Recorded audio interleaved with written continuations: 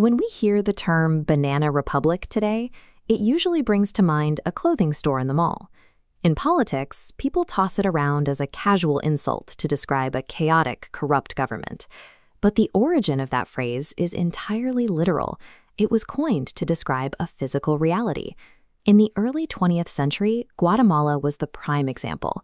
The American-based United Fruit Company, or UFC, operated there on an unimaginable scale.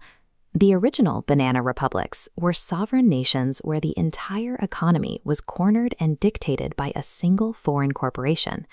To understand how a monopoly like this functions, we have to look at the land. UFC owned the vast majority of Guatemala's arable territory. They didn't stop at the farms. The company held an exclusive monopoly over the country's internal movement and communication systems. They also maintained absolute control over the nation's connection to the outside world, dominating the international ports and all export logistics. To protect this massive infrastructure, UFC systematically bribed local politicians, ensuring they would face zero regulatory pushback from the government. Guatemala functioned less as an independent country and more as a massive, privately owned plantation. That dynamic held until the citizens decided to take their country back. In 1944, a democratic revolution ousted the old regime. By 1951, the people elected President Jacobo Arbenz. He was a nationalist reformer focused on rebuilding the local economy. His primary goal was to lift up poor, landless farmers. He passed Decree 900, a major land redistribution law that targeted uncultivated corporate property. This chart shows the problem Arbenz faced. This towering bar represents the true astronomical market value of the unused land the United Fruit Company was hoarding. Paying them out for hundreds of thousands of acres seemed impossible, but Arbenz found a clever loophole. To dodge taxes, UFC had been relying on a severe undervaluation of their land on official documents.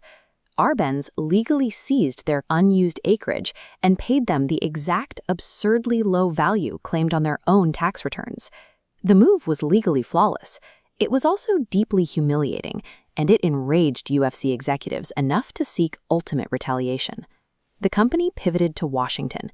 UFC had deep economic ties to powerful government figures, including U.S. Secretary of State John Foster Dulles and his brother, CIA Director Allen Dulles. The Dulles brothers knew the U.S. wouldn't invade another country just to protect a fruit company's profit margins, so they explicitly framed Arbenz's land reform as a Soviet communist infiltration. During the intense paranoia of the Cold War, the American government and public were eager to believe the threat of a red menace in their own hemisphere. The geopolitical fears of a superpower were successfully hijacked by a corporation to justify destroying a democracy. In 1954, the CIA launched Operation PBSU Success. Instead of a massive ground invasion, the covert mission relied heavily on manipulation. They utilized intense psychological warfare.